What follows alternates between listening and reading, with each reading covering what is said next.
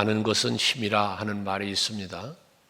사람이 무엇을 안다는 것은 그 사람이 살아가는 삶에 유익을 줄 뿐만 아니라 그 아는 것 때문에 또한 많은 사람들에게 존경도 받을 수 있는 것이 바로 이 안다는 것입니다. 세상에 안다는 지식은 세상을 사는데 유익함을 줄 수 있을 것입니다만은 우리 그리스도인들에게서 안다는 것은 믿음과 직결되어집니다. 우리가 믿음은 들음에서 난다고 했습니다. 하나님의 말씀을 듣고 그 말씀을 알면서 하나님이 누구이신지 예수가 누구인지를 알면서 그 알미 곧 믿음으로 전환되어질 때 그것이 여러분들을 믿음으로 살게 만드는 힘이 되는 것입니다. 그러나 간혹 신앙의 성숙을 이루지 못하는 사람이 있습니다. 이유가 무엇인가? 아는 데서 멈추기 때문에 그렇습니다. 사람이 아는 것에서 멈추게 되면 교만해지기 쉽고 그 삶에는 변화가 없습니다. 하지만 아는 것이 믿음이 되어질 때에 그 믿음이 능력이 되어서 여러분의 삶을 변화시키고 더불어 함께하는 모든 사람들에게도 유익함을 끼치는 그러한 믿음이 알미 되어진다는 것입니다. 여러분 성도들의 신앙생활을 보게 되면 잘 알기는 알면서도 행함으로 옮기지 못하는 사람들이 많습니다. 이유가 무엇일까? 알지만 믿지 않기 때문이요, 믿지만 믿음대로 살지 못하는 연약함이 있기 때문에 그런 것입니다. 여러분 예수를 믿는 여러분들은 예수를 많이 알아가야 합니다. 예수님이 어떤 분이신지, 그분이 우리에게 보여주신 사랑이 무엇인지, 헌신이 무엇인지를 알아가야 합니다. 그리고 그 헌신을 알아갈 때, 그 사랑을 알아갈 때 우리 스스로가 그 십자가 앞에 부끄럽고 연약한 내 모습을 발견하게 되어지는 것이고, 그러므로 인하여 우리는 온전히 예수를 믿는 믿음의 사람이 될 수 있는 것입니다. 예수를 바르게 알아야 예수를 바르게 믿는 것처럼 교회가 무엇인지 바르게 알아야 교회에 속한 아름다운 신앙생활이 이루어질 수 있게 되어지는 것입니다. 그러나 교회를 바르게 알지 못하고 예수를 바르게 알지 못하면 교회는 다니기를 하고 교회를 다니고는 있지만 그리스도인에 합당한 삶을 살지 못하고 또한 그리스도의 몸된 교회의 지체로서의 역할도 감당치 못하며 교회를 다니는 사람에 불과한 신앙생활을 하게 되어지는 것입니다. 늘 말씀드리고 있지만 예수 그리스도가 교회의 주인이시고 이 교회의 머리라고 성경은 우리에게 가르쳐주고 있습니다. 하지만 요즘 들어서 한국교회뿐만 아니라 많은 성도들이 교회의 주인은 예수시며 교회의 머리가 예수이라는 사실을 잊어버리고 사람이 주인이 되고 건물이 중심이 되어지는 이러한 교회의 모습으로 전락되어져 가는 이것은 너무나 안타까운 일입니다. 교회의 진정성을 잃어버리면, 교회가 진정성을 잃어버리면 교회 다니는 사람은 성도수는 많을 수 있지만 그러나 교회관이나 교회의 신앙이 바르지 않기 때문에 교회를 단순한 종교의 의식하는 예배 처소, 예배당으로만 생각하는 경우가 될 수 있습니다. 이건 아주 잘못된 신앙으로 빠져가는 것입니다. 여러분은 교회는 그리스도의 몸이요 성도는 지체입니다. 여러분이 교회에 와서 예배를 드려도 헌신을 하고 봉사를 해도 예수의 마음으로 해야 되고 예수의 하나님의 뜻을 분별함에 합당하게 이루어져야 하는 것입니다. 그러나 그렇지 못하면 교회에 와서 예배를 드려도 주의 일을 한다고 하면서도 시험에 들고 넘어지고 다투고 분쟁하는 일만 발생시키고 많은 것입니다. 이번에 네팔 선교를 다녀와서 오후에 말씀드리겠지만 여러분 종교의식은 어찌 보면 유대인들이 의식은 어떠면 이방 신을 섬기는 자들이 의식은 여러분들보다 더 철저하게 더 엄숙하게 여러분 의식을 갖는 걸 볼 수 있습니다. 우리가 예배를 경건하게 드린다라는 말을 많이 합니다만은 의식적 경건은 여러분 아무런 의미도 없습니다. 진정한 경건은 예수 그리스도의 십자가 앞에서 이루어지는 것이기 때문에 그렇습니다. 여러분 예수께서 마태복음 21장 13절을 말씀하시는 것은 당시의 교회 성전에 사람들이 몰려왔습니다. 하지만 그 성전은 어떤 모습이었습니까? 짐승을 팔고 돈을 바꾸고 자기들이 정성껏 예물을 준비하여 하나님 앞에 나와 제사해야 했지만, 저들은 그 번거로움을 덜기 위해서 성전 앞에서 파는 비둘기를 사고 염소를 사고 양을 사고, 그래서 그것을 가지고 제단에 제물을 드리고 제사하는 이런 의식에 빠져 있는, 심령 중심이 하나님께 있지 않은 이러한 예배 초소를 만들어버리고 말았습니다. 종교 의식의 초소를 만들어버린 거예요, 교회를. 예수께서 그래서 뭐라고 말씀하고 있습니까? 그들에게 말하기를, 같이 읽어봐요. 시작. 그들에게 이르시되 기록된 바 내 집은 기도하는 집이라 일컬음을 받으리라 하였거늘 너희는 만민이 기도하는 집, 거룩한 성전, 여호와가 계신 곳, 이곳에 오면 여호와를 만나고 예수를 만나야 하는 그러한 교회. 그런데 저들은 그것을 뭐로 만들어요? 강도의 소굴로 만들었다. 여러분 한번 자신을 돌아보시기를 바랍니다. 여러분들은 이 서강교회, 이 교회를 강도의 소굴로 만들고 있지는 않습니까? 강도가 무엇입니까? 남의 것을 빼앗는 자입니다. 남을 해치는 자입니다. 여러분 교회에 오면 살리는 일을 해야 합니다. 서로를 섬기는 일을 해야 합니다. 그러나 교회 안에서 내가 살고 내 주장을 펴고 내 뜻대로 하려고 하는, 이건 강도의 소굴을 만드는 행위에 불과한 것입니다. 예수께서는 저들을 그래서 꾸짖었습니다. 결과가 어떻게 되었습니까? 하나님의 거룩한 예루살렘 성전은 그 본질을 잃어버린 사람들 때문에, 단순한 의식행위로 전락해버린 처소가 되었기 때문에 AD 70년에 멸망당하고 말았습니다. 파괴되었습니다. 교회가 무너졌습니다. 그럼 그것으로 끝일까요? 아닙니다. 하나님께서는 다시 교회를 세우셨습니다. 그 다시 세우는 교회는 예루살렘 성전과 같은 의식적 교회가 아닌 하나님의 뜻이 이루어지는 교회, 그리스도의 몸된 그 모든 것들이 이루어지는 그런 교회를 세우셨습니다. 에베소서 5장 26절 27절 보면 다시 세워지는 교회에 대해서 이렇게 말씀하고 있습니다. 읽어봐요. 시작. 이는 곧 물로 씻어 말씀으로 깨끗하게 하사 거룩하게 하시고 자기 앞에 영광스러운 교회로 세우사 티나 주름 잡힌 것이나 이런 것들이 없어 거룩하고 흠이 없게 하려 하십니다. 할렐루야.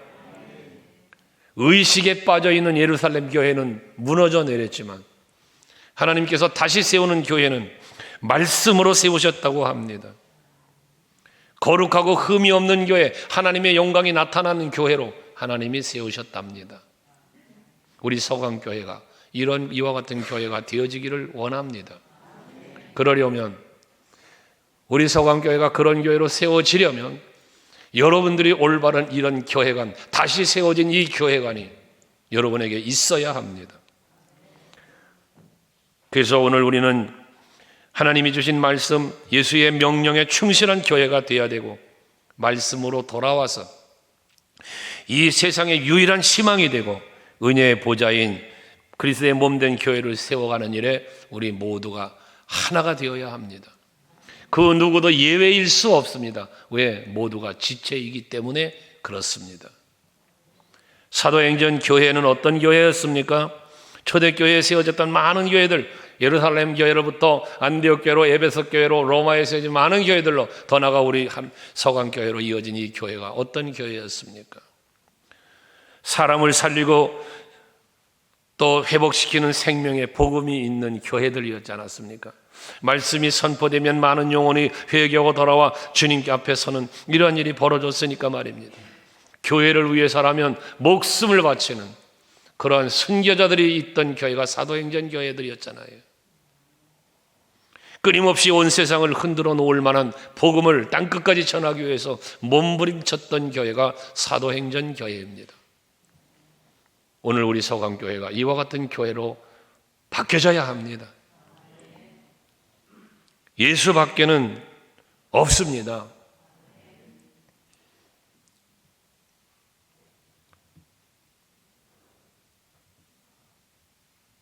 주 예수보다 귀한 것은 없다는 찬양 중에 참 은혜가 저에게 몰려와서 잠시 눈물을 지었습니다마는, 여러분, 예수 외에 무엇이 있습니까? 우리 입술로는 말을 잘합니다. 예수보다 더 귀한 것 없다고, 예수보다 행복도 명예도 부귀도 필요 없다고, 세상 즐거움 세상 자랑 다 버렸다고. 하지만 여러분, 살면서 보면 예수보다 소중한 게 왜 이렇게 많습니까?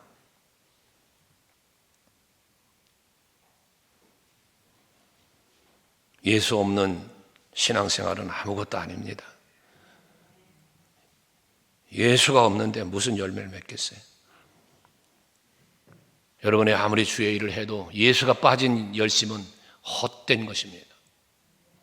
요한복음 15장 5절 말씀에 보면 포도나무의 비유를 말하죠. 예수께서 나는 포도나무에 너희는 가지라고. 그런데 그 말씀 가운데 무슨 말씀을 하십니까? 예수는 포도나무요 너희는 가지라고 하면서 그가 내 안에, 내가 그 안에 거하면 사람이 열매를 맺나니 했습니다. 여러분이 예수 안에 있지 않으면 열매를 맺을 수가 없어요. 예수가 내 안에 있어야 예수께서 요구하시고 예수께서 맺고자 하는 원하시는 열매를 맺을 수가 있는 거예요. 근데 내 안에 예수가 없고 내 욕심이 있고 내 권세, 내 주장이 있으면 열매는 맺혀지지 않아요. 그래서 뭐랍니까? 나를 떠나서는 너희가 아무것도 할 수 없음이라 했습니다. 우리는 주의 일을 한다면서도 예수와 상관없는 일을 합니다. 열심히 봉사하고 헌신하고 하면서도 예수가 없는 봉사를 합니다. 예수가 없는 헌신을 합니다. 거기에 무슨 열매가 있겠습니까? 없습니다.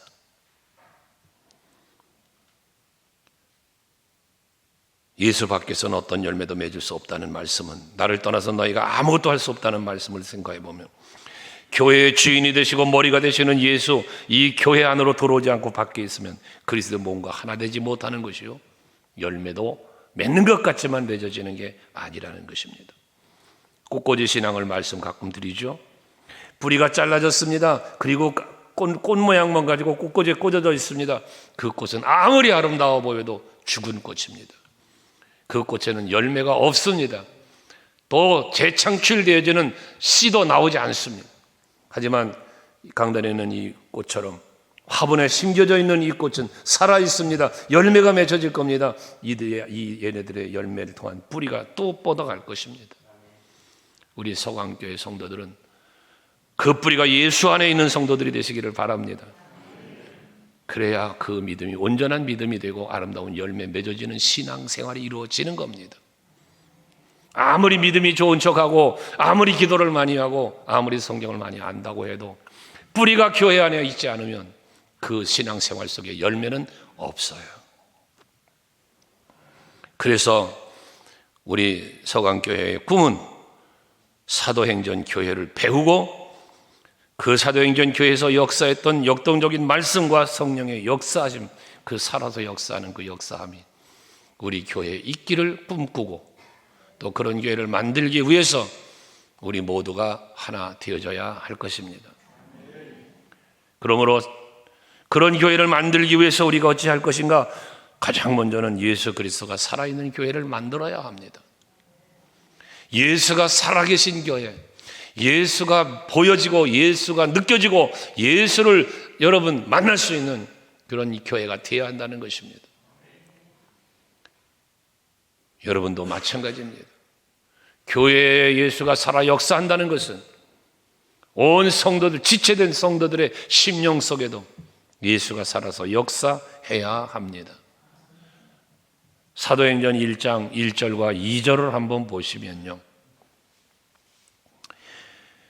데오빌로여, 내가 먼저 쓴 글에는 무릇 예수께서 행하시고 가르치시기를 시작하신부터 그가 택한 사도들에게 성령으로 명하시고 또 승천하신 날까지 이를 기록하였다라고 말합니다.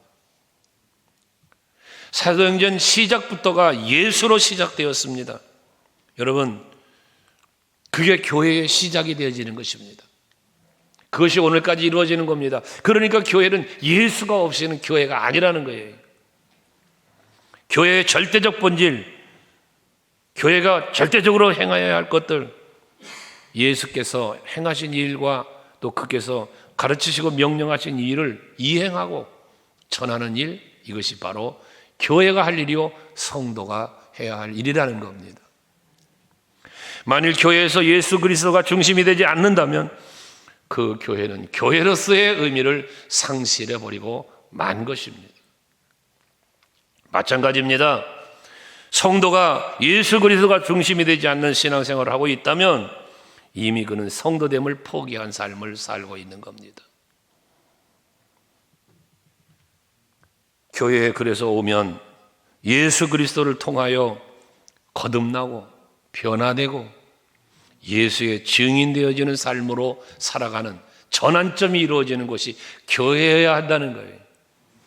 단순히 예배라는 의식만 이루어지는 교회가 아니라 이 교회에 오는 사람마다 누구든지 다 변화되어지는 것,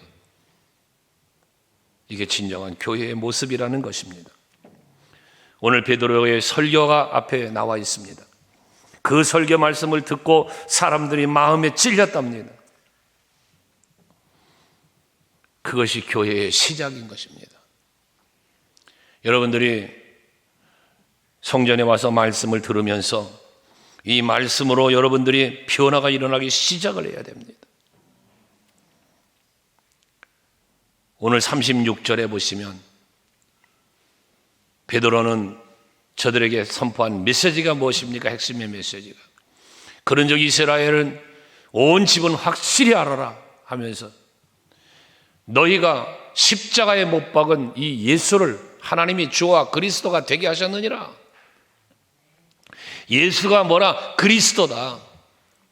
너희들은 예수를 십자가에 못 박아 죽였지만 그는 그리스도야. 이게 복음입니다. 세상 사람들은 예수를 멸시합니다. 무시합니다. 하지만 여러분들은 그 예수를 그리스도로 믿어야 합니다. 예수님은 누구신가? 여러분들에게 그 신앙관을 가지라고 그랬죠? 하나님은 나에게 누구신가? 예수는 나에게 누구신가? 또 뒤집어서 나는 하나님 앞에 누구인가? 나는 예수 앞에 누구인가? 생각해 보자고요. 이것이 헤아려져야 합니다. 여기에 답이 있어야 됩니다. 여러분만의 답이. 하나님은 나에게 이런 분이야. 예수님은 나에게 이런 분이야. 하나님 앞에 나는 이런 존재야. 예수 앞에 나는 이런 사람이야. 라고 하는 확고한 답이 여러분에게 있어야 된다는 거예요. 그리야 할 때에 여러분들의 신앙생활의 중심이 예수가 될 수 있는 거예요. 사도행전 28장 31절에 보면요, 사도행전 마지막 장 마지막 절이잖아요. 읽어볼래요? 같이 시작. 하나님의 나라를 전파하며 주 예수 그리스도에 관한 모든 것을 담대하게 거침없이 가르치더라. 할렐루야. 이게 뭡니까? 예루살렘에서부터 시작된 복음이 계속해서 확장되어 나가는데 계속해서 그리스도에 관한 모든 것을 담대하게 거침없이 가르치는 일을 계속했다는 거예요. 그러면서 사도행전이 끝납니다. 그러다 보니까 많은 교회와 많은 목회자들이 뭐해요? 사도행전 29장, 액트 29를 우리가 써가자 이런 표현들을 합니다. 28장에서 끝난 사도행전을 지금 이 시대에 우리들이 써가자는 거예요. 새롭게. 그 의미를 압니다. 그러나 문자적으로 잘못 생각하면 큰일 나는 일입니다. 그 액트 29라고 하는 건 무엇을 말하느냐? 사도행전에서 일어났던 이 어마어마한 일들, 엄청난 성령의 역사의 일들, 이 일들이 말씀을 가르치고 전하였던 이 일들이 계속해서 진행되어지자 우리도 그 일을 하자, 이런 의미가 액트 29입니다. 우리 서강교회에도 초대교회 사도행전 교회에서 이루어졌던 이 수많은 예수가 중심이 되어 살아 역사하는 말씀으로 전파되어지며 교회가 세워졌던 역사를 우리도 함께 이루어가야 할 것입니다. 베드로의 설교, 마지막 사도 바울의 이 고백들 다 일치합니다. 무엇으로? 예수로. 저들이 베드로가 전한 복음도 바울이 전한 복음도 그 위의 역사 속에서 많은 선지자들과 많은 사도들과 많은 목사님들이, 오늘 저도 마찬가지, 오직 예치는 것은 예수입니다. 어느 때에 어느 곳에서 어떤 사람이 말씀을 전해도 오직 예수여야 하는 겁니다. 어떤 교회든지 말씀은 예수여야 하는 겁니다.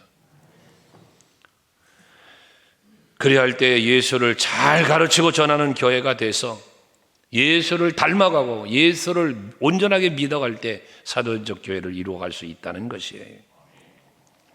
그래서 우리 교회가 진정으로 해야 할 일은 세상 사람들에게, 교회를 찾아오는 모든 성도들에게 어떠한 필요와 요구, 그것도 채워주는 일도 필요합니다. 이웃들에게 구제하며 도와주며 섬기는 일 필요합니다. 그러나 그 무엇보다도 예수가 그리스도임을 가르치고 전하는 일을 해야 합니다. 그래서 전도하는 겁니다. 왜 예수를 전해야 합니까? 예수께서 요한복음 14장 6절에 말씀한 것처럼 내가 곧 길이요 진리요 생명이니 나로 말미암지 않고는 아버지께로 올 자가 없다. 예수 말고는 하나님 나라 갈 사람이 없어요. 하기 때문에 우리는 예수를 전해야 한다는 것이에요. 이처럼 예수를 전하는데 거침없이 전했다고 했으니까 우리는 복음을 전하는 일에는 망설임도 없어야 합니다. 자신 있게 전해야 합니다. 왜? 예수는 길이고 진리고 생명이니까요. 예수는 그리스도시니까요. 예수를 전하는 일에 자신감을 잃어버리면 안 돼요. 담대함을 잃어버리면 안 되는 겁니다. 그러기 위해서는 뭐합니까? 말씀을 들으면서 우리는 성령을 받아야 합니다. 우리 서강교회 성도들은 모두 다 성령의 역사하심을 체험하는 성도들이 되시기를 바랍니다. 예수께서 하늘로 올라가실 때에 들림을 받기 전에 오직 성령이 너에게 임하시면 너희가 권능을 받고 땅끝까지 이르러서 내 증인이 되리라고 말씀하시잖아요. 우리가 예수의 증인된 삶을 살려면, 예수를 닮은 삶을 살려면, 예수를 전하는 자의 삶을 살려면 성령 받아야 된다는 거예요. 보십시오. 예수께서 성령을 말씀하셨습니다. 그리고 하늘로 올라가셨습니다. 그때 누가, 거기 있던 사도들도, 거기 있던 성도들도 누구 한 사람이 오늘날 이와 같은 교회를 생각했겠습니까? 그런데 마가다락방에 모여 기도하는 120명의 문도들이 성령을 체험합니다. 그리고 나아가서 복음을 외칩니다. 오늘의 말씀도 그렇게 성령 받은 베드로가 나아가서 복음을 외치는 거잖아요. 사도행전 2장 1절부터 4절까지 보면 거기 모인 모든 무리들에게 다 같이 한 곳에 모였다잖아요. 거기에 성령이 임했어요. 오늘 여기 예배하러 모인 여러분들에게도 성령이 임하기를 주의 이름으로 축원합니다. 우리는 예배 가운데 말씀을 듣다가, 말씀을 읽다가, 찬송하다가, 기도하다가 성령이 일하심을 볼 수 있어야 됩니다. 느낄 수 있어야 됩니다. 체험이 있어야 됩니다.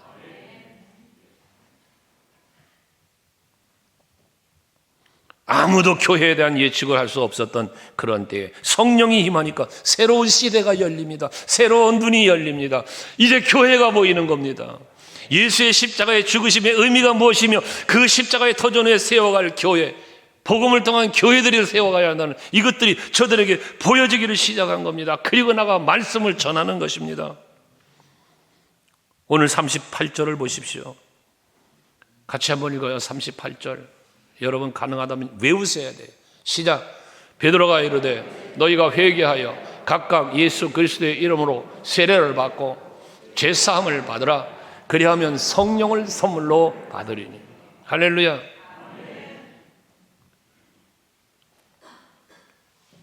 교회는 사람들의 편리와 요구, 필요를 들어주는 것이 먼저가 아닙니다. 사람들을 구체적으로 거듭나게 하는 말씀을 전하는 교회가 되어야 한다 그랬죠. 예수를 전해야 된다 그랬죠.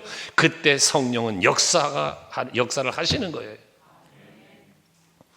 그래서 성령이 역사하심을 통하여 교회는 회개하는 사람들이 날마다 그것을 더해야 되고, 성령을 받음으로 회개를 했으면 세례받는 사람도 늘어나야 되고, 제사함을 받는 사람들이 늘어나야 되고, 성령으로 거듭나게 하는 역사가 충만한 교회가 되어지도록 우리는 힘써야 되고 우리 성도들이 그렇게 되어야 합니다. 성령은 어떤 특별한 현상이나 신비적인 체험하는 건 아닙니다. 신비로운 은사가 성령의 체험이 아닙니다, 여러분. 한 부분에 불과한 겁니다. 방언을 한다든지 예언을 한다든지 여러 가지 성령의 은사들이 나타날 수 있겠습니다만은, 그러나 그것이 성령이 역사하시는 전부가 아니라는 것입니다. 진정한 성령의 역사는 예수를 그리스도로 믿고 회개하고 세례받고 제사함받고 변화되게 하는 일입니다. 그게 성령이 하는 일인 것입니다.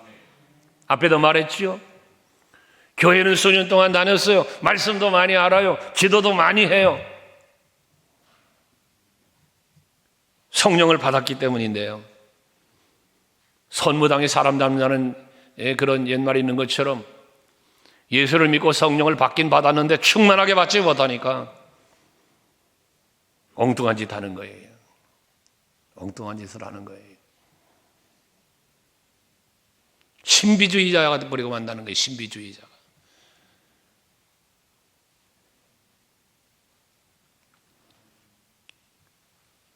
보았네, 들었네, 어쩌네. 속에 말씀은 하나도 없으면서 뭘 기도하는데 봤다는 둥, 들었다는 둥, 당신이 어쩌다 저쩌다 예언하는 척하는, 여러분 속지 마세요. 여러분들의 신앙은 말씀이 여러분들을 변화시키는 거예요. 성령은 말씀을 통해서 역사하는 거예요. 오늘 보세요. 37절. 그들이 이 말을 듣고 마음에 찔려 그랬습니다. 이 말이 뭡니까? 예수입니다. 이 말이 뭡니까? 복음입니다. 말씀이 없는 신앙생활은 그러니까 뿌리가 없는 신앙생활과 같다는 거예요. 기도하면서 뭔가 은사자인 척 은사를 말하지만 말씀이 없는데요. 말씀이 없는데요. 믿음의 터전이 없는데요. 교회는 그리스도의 터 위에 세워진다고 했는데요. 그래서 은사를 받았다는 은사자라면 특별히 조심해야 되는 거예요. 은사를 받았다고 말할 수 있는 은사자들은 특별히 조심해야 돼요. 그 은사 때문에 신비주의자가 돼버릴 수가 있기 때문에 그런 거예요. 신비로운 건 사실이에요. 성령이 일하는 건 신비로운 일이에요. 하나님이 일하시는 것이 신비로운 거예요. 그러나 내가 신비주의자가 되면 안 된다는 거예요. 성령이 역사하지 않으면 교회는 생명력을 잃어버립니다. 여러분 성도들도 마찬가지입니다. 여러분들의 영성이 성령이 역사하고 충만하지 않으면 여러분의 영성은 자꾸 떨어지게 돼 있어요. 영적으로 뭔가 충만한 척하지만 진정 성령의 충만함을 받지 않으면 예수의 모습이 그에게 보여지질 않아요. 예수 냄새가 안 나요. 예수 사랑이 안 보이는 거예요. 그러니까 인본주의 속에 빠져서 성령의 능력은 있다고 은사를 자랑하지만 진정 성품과 그 모든 삶의 모습은 변화가 일어나질 않는 거예요.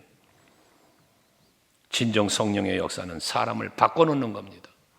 바울을 바꿔놓았잖아요. 베드로를 바꿔놓았잖아요. 여러분 성령 받아야 사람이 바뀌는 거예요. 이번에도 처음 우리가 키스판 교회 그 목사님이 동네 사람들을 그렇게 괴롭히고 못된 짓만 했던 그런 분이랍니다. 근데 그분에게 성령이 들어간 거예요. 변화를 받은 거예요. 그리고 교회를 세운 목회자가 된 거예요. 동네 사람들이 그 사람을 피해 다녔다는 거예요. 그런데 이제 복음을 전하고 예수의 사람을 변화 받으니까 오히려 사람들이 성도들이 그를 따라요. 오예배 다 구체적인 보고 드릴 거예요. 이제 성도들이 그 목사님에게 기도를 받으려고 찾아온대요. 죽었던 사람이 살아났답니다. 여러분 사람이 죽었대요. 근데 자기는 외쳤대요. 안 죽었다고, 살아날 거라고, 다 미쳤다고 그랬대요. 근데 그를 끌어안고 기도했더니 살아났대요. 놀라운 신비로운 일이죠. 근데 그 신비에 빠져버린 상태에서 멈춰버리면 그 교회는 이단 교회가 되고 말 거예요. 어쩌면 그 교회의 주인이, 그 교회의 능력의 주인공이 담임 목사님이 되고 말 거예요. 하지만 그분은 말씀으로. 우리 서강교회는 말씀이 살아 역사하는 교회, 말씀을 통해서 역사하는 성령의 역사가 늘 풍성한 교회가 되기를 원합니다. 그러니까 여러분 성령에 충만하고 성령의 능력 받기를 원하십니까? 말씀 읽으시라는 거예요. 예배 시간에 나와서 말씀 들으시라는 거예요. 성경을 배우는 이 프로그램을 진행하면 배우자는 거예요. 거기서 여러분 성령의 충만함을 얻는 거예요. 왜 사도 바울은 하나님의 전신갑주를 말씀으로 표현했을까? 성령의 검, 왜 말씀으로 말씀했을까? 말씀이 권능이기 때문에 그래요. 모든 성경은 하나님의 감동으로 되었답니다. 성경 말씀 자체가 성령으로 감동되어 기록된 거예요. 성령이 감동하셔야 깨달아져요. 성령이 감동하셔야 믿어져요. 성령이 감동하셔야 말씀대로 살게 되는 거예요. 그래서 성령이 역사하는 교회를 만들어 가는 것이 교회 신앙의 올바름이다. 마지막으로 한 가지는 이 패역한 세상, 패역한 사람들, 제 가운데 있는 저들을 예수께로 인도하기 위하여, 저들을 구원받는 자리로 이끌어오기 위하여 복음을 선포하는 우리 교회가 되어야 하고 성도들이 되어야 한다는 것입니다. 오늘 39절에 한번 보십시오. 이 약속은 말씀입니다. 너희와 너희 자녀와 모든 먼 데사람 곧 우리 하나님이 얼마든지 부르시는 자들에게 하신 것이다 라고 말합니다. 여기서 세 부류의 사람 말하죠. 너희와 여러분 자신입니다. 먼저 하나님의 말씀은 여러분 자신에게 임하여야 합니다. 성령이 여러분 자신에게 임하여야 합니다. 그 다음 너희 자녀와 합니다. 여기서 말하는 자녀는 혈통을 말합니다. 여러분들에게 임한 복음이, 여러분들에게만 성령이 이제는 여러분 자녀에게, 여러분 혈통적 부모 형제에게 이것이 전해져야 된다는 거예요. 그리고 너희와 함께하는 이웃들에게, 그 이웃은 세계 땅끝까지 이르러 모든 하나님의 은총을 입고 택함받은 자들을 향한 거예요. 그 땅끝까지 이르러 증인이 되라고 말씀한 거예요. 이 세상이 얼마나 개인주의가 되어지고 물질 만능주의로 전락해가고 있습니까?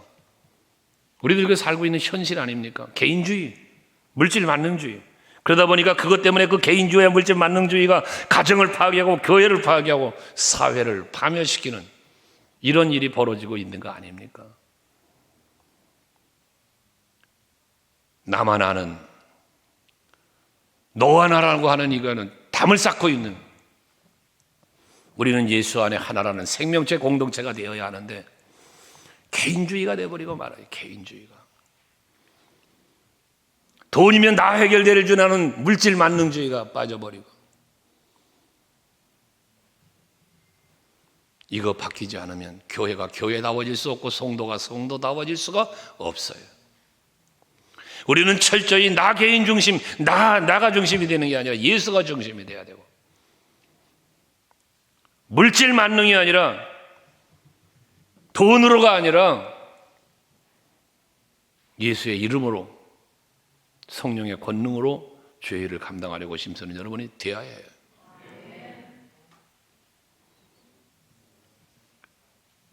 이번에도 신학생들과 목회자를 대상으로 강의하고 났는데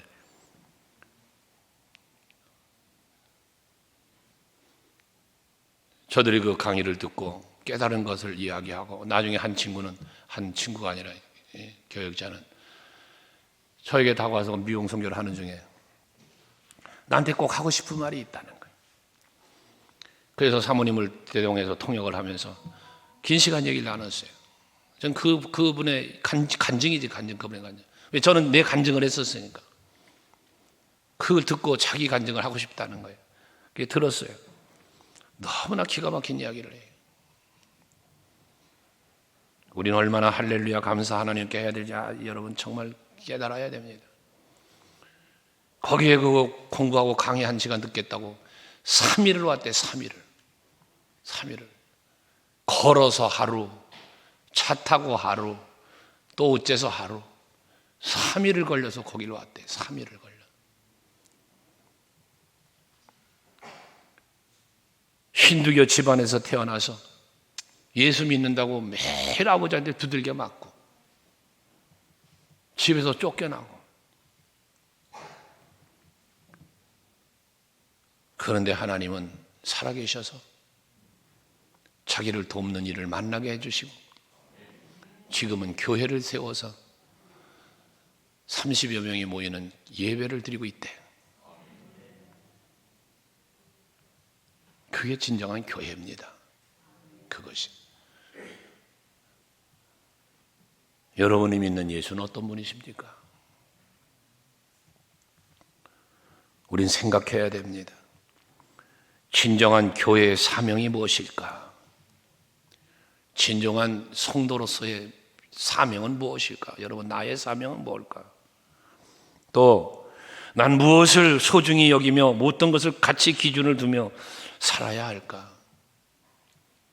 헤아려 보시기를 바랍니다.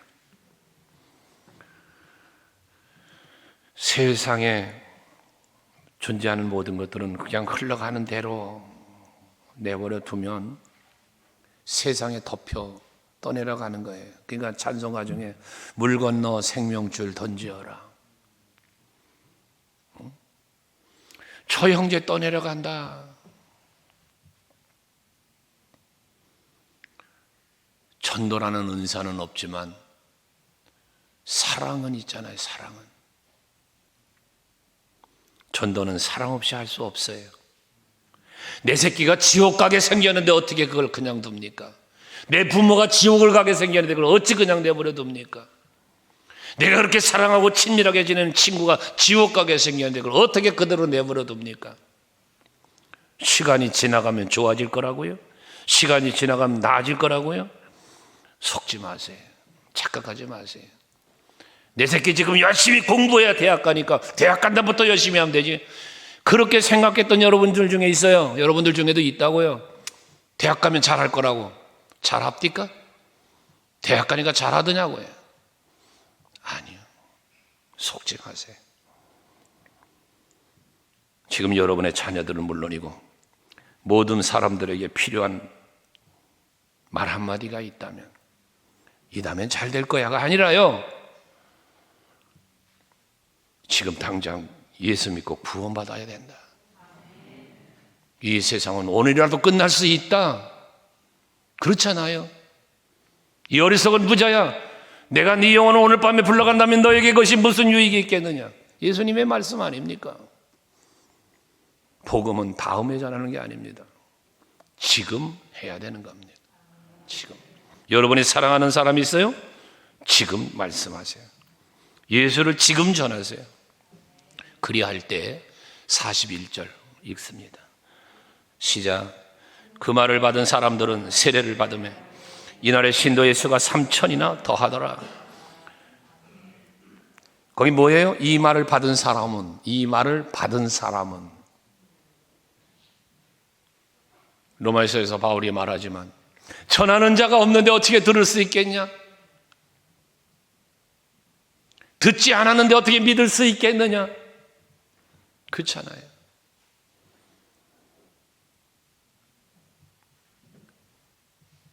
교회를 성장시키고 내 개인의 신앙을 성숙시킬 수 있는 이유, 하나님의 말씀을 받아야 되고 전하는 거예요. 그때 신도의 수가 3,000이나 더했답니다. 여러분, 한 사람의 변화, 우리 교회가 교회다운 교회로 세워져 갈 때 배가 운동 일어나요.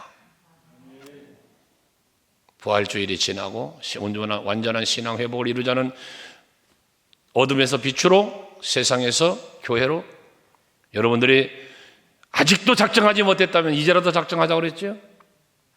혹시나 벌써 중단됐다면 다시 시작하자고 그랬죠. 이런 열정이 여러분에게 있을 때 교회는 부흥하는 거예요. 그래서 부활절까지 여러분, 우리 개인이, 우리 교회가 완전한 신앙의 회복을 이루어 이후로 우리가 복음을 전하며 패역한 세대에, 패역한 세상에 아직도 죄악 가운데 있는 저들을 주님께로 모여오는 놀라운 역사를 이루면서 사도행전 교회를 본받고 그 교회를 따라 행하면서 우리가 교회를 성장시키고 많은 영혼을 구원하는 일에 앞장서가는 우리 서강교회와 성도들이 될 수 있기를 주의 이름으로 축원합니다. 기도하겠습니다.